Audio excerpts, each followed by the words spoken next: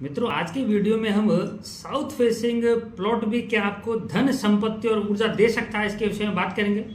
हमारे पास बहुत सारे कॉल्स और मेल आते हैं, तो उनके कई सारे प्रश्न होते हैं कि एक तो साउथ फेसिंग प्लॉट किसको कहा जाता है, दूसरा साउथ फेसिंग को लेकर की सारी जो भ्रांतियां हैं उनका समाधान क्या है, आगे साउथ फेसिंग प्लॉट के पॉजिटिव पॉइंट क्या हो सकते हैं वास्तु के अनुसार, और सबसे इंपॉर्टेंट चीज कि साउथ फेसिंग जो घर है, आपका प्लॉट है या आपकी कोई फैक्ट्री है, तो उसमें धन लाभ देने वाले व्यवसाय आपके कौन कौन से हो सकते हैं, आप कौन सा बिजनेस वहां पर जाकर कर सकते हैं। और अंत में अब वीडियो में आपको बेहतरीन वास्तु टिप्स के विषय में बात करेंगे। नमस्कार मित्रों, मैं डॉक्टर योगेश व्यास, मानसरोवर जयपुर से। मित्रों, ज्योतिष और वास्तु से संबंधित आप हमारी वेबसाइट astrologeryogesh.com पर जाकर महत्वपूर्ण आर्टिकल देख सकते हैं और ज्योतिष और वास्तु के हमारे व्हाट्सएप ग्रुप को भी ज्वाइन कर सकते हैं। इन दोनों के लिंक आपको नीचे मिल जाएंगे। मित्रों, सबसे पहले बात करते हैं कि साउथ फेसिंग जो घर है या जो प्लॉट है वो किसको कहा जाता है। तो दक्षिण मुखी घर वह होता है जिसका मुख्य जो प्रवेश द्वार है वो दक्षिण दिशा की ओर जाकर के खुलता है।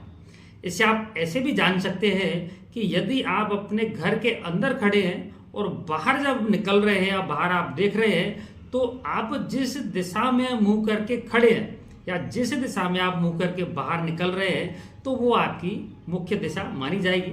तो यदि आप घर के अंदर से बाहर निकलते वक्त सामने दक्षिण दिशा को देख रहे हैं, तो आपका जो प्लॉट है वो दक्षिण मुखी कहलाएगा। इसके काफी अशुभ परिणाम लोग मानते हैं कि ऐसा होता है वैसा होता है। घर के अंदर का परफेक्ट वास्तु होना चाहिए। आप किसी भी दिशा के प्लॉट को खरीद सकते हैं, उसमें आप रह सकते हैं। मित्रों, कुछ लोग पश्चिम दिशा में रहने से परहेज करते हैं, बाकी दक्षिण दिशा को अशुभ मानते ही हैं। तो इस प्रकार से पृथ्वी का 50% जो हिस्सा है वो रहने के अयोग्य हो जाएगा, जबकि ऐसा वास्तु में नहीं है। घर के अंदर का शानदार वास्तु टिप्स के माध्यम से आप वास्तु सेट करिए और आप किसी भी भूखंड में रह सकते हैं। अब बात करें कि साउथ फेसिंग जो प्लॉट है उसको लेकर के क्या क्या भ्रांतियां आज देखने को मिलती है। तो दक्षिण मुखी घर या प्लॉट को लेकर लोगों के मन में कई सारे भ्रम बने हुए हैं और लोग आज भी दक्षिण दिशा के भूखंडों पर निर्माण करने से पूरा बचने का प्रयास करते हैं। दक्षिण दिशा यम देवता की दिशा मानी गई है। इसके साथ ही दक्षिण दिशा को पितरों की दिशा भी कहा जाता है। यह दिशा पितरों को समर्पित है। इससे लोगों के मन में भ्रम पैदा हो जाता है कि यह जो यम देवता हैं वो मृत्यु के देवता हैं, इसलिए यहाँ निवास करने से हमको मृत्यु का भय देखने को मिल सकता है, मृत्यु के करीब हम जा सकते हैं। और इस डर के कारण जो लोग हैं वो दक्षिण मुखी जो भूखंड हैं उनमें रहने से मना करते थे।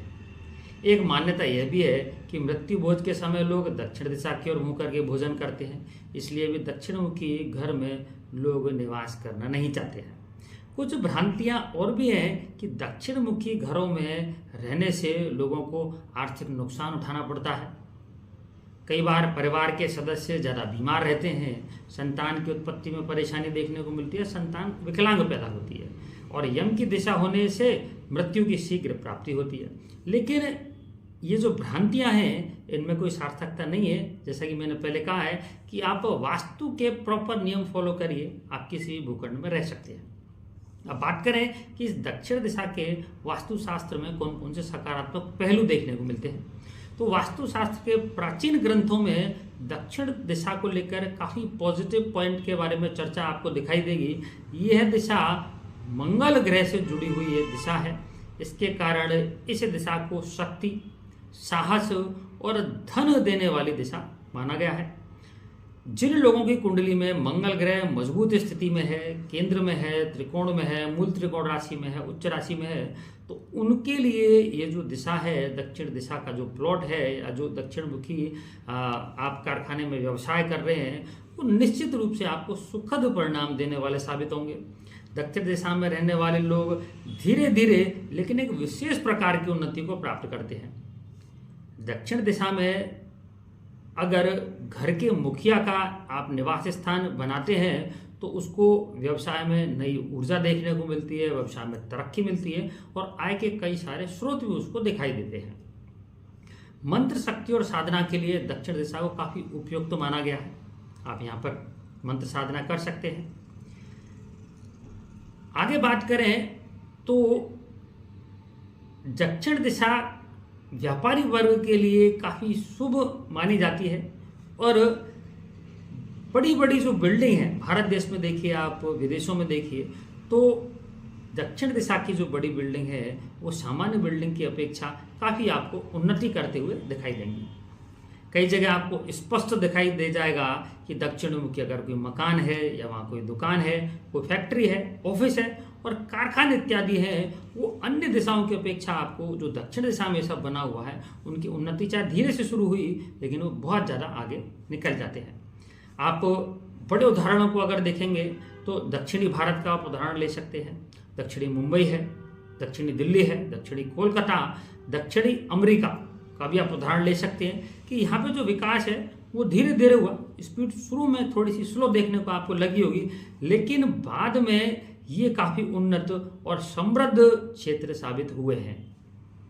अब आगे बात करते हैं कि साउथ फेसिंग जो भूखंड हैं, जो फैक्ट्रियां हैं, उनमें कौन से व्यवसाय ऐसे हैं जो फलीभूत होते हैं और धन देने वाले साबित होते हैं।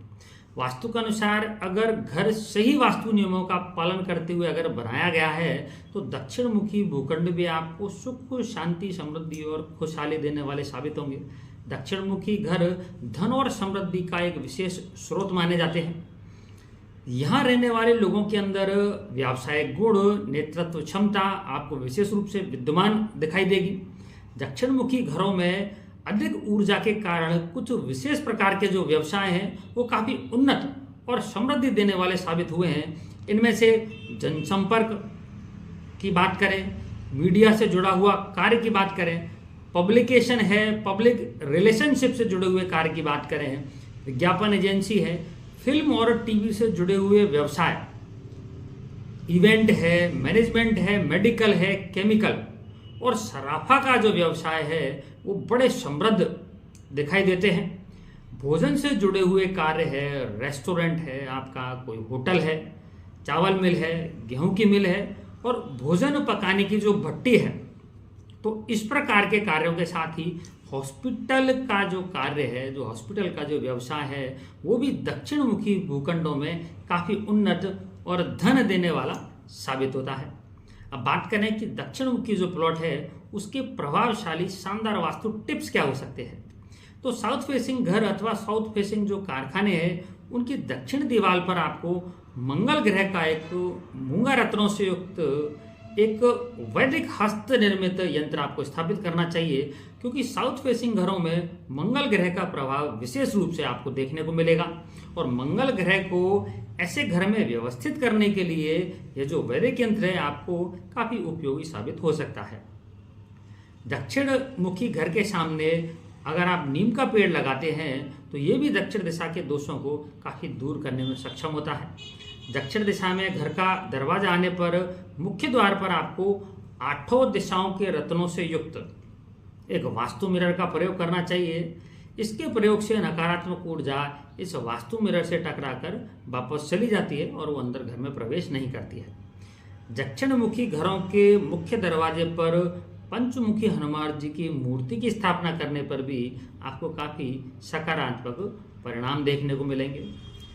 दक्षिण मुखी घर के मुख्य द्वार पर मूंगा रत्नों से बने हुए गणेश जी के यंत्र की स्थापना या गणेश जी के साथ में एक मंगल यंत्र की स्थापना भी आपके जो दक्षिण दिशा का जो द्वार दोष है उसका काफ़ी वो समन करने में आपको सक्षम होती है और आपको पॉजिटिव एनर्जी देती है। मुख्य द्वार के सामने बिजली का खंभा, कोई बड़ा खड्डा, सूखा हुआ पेड़ या कोई लकड़ी का बड़ा जो टुकड़ा है वो भी द्वार भेद के रूप में कभी भी स्थापित नहीं होना चाहिए। ऐसे घरों के मुख्य द्वार के सामने पशु बांधने का कोई खूंटा या फिर मंदिर की छाया, कई बार मंदिर पर बहुत बड़ी एक पताका लगी होती है, पताका जब लहराती है हवा से तो उसकी छाया भी घरों पर पड़ती है, तो ये भी अशुभता देने वाली होती है। दक्षिण मुखी घरों में प्रवेश द्वार का आप चुनाव करते समय S4 और S5 की एंट्री का इस्तेमाल कर सकते हैं। इससे आपको मुख्य द्वार का जो दोष है वो आपको नहीं लगेगा और आप आराम से उसमें रह सकते हैं।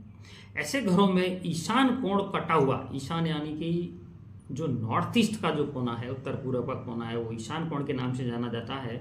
और नैऋत्य यानी कि साउथ वेस्ट का जो कोना है वो बढ़ा हुआ नहीं होना चाहिए। साउथ वेस्ट का कोना नीचे ढलान युक्त नहीं होना चाहिए, वहाँ बहुत ज़्यादा आपको खड्डे वगैरह भी वहाँ पर नहीं बनाने चाहिए।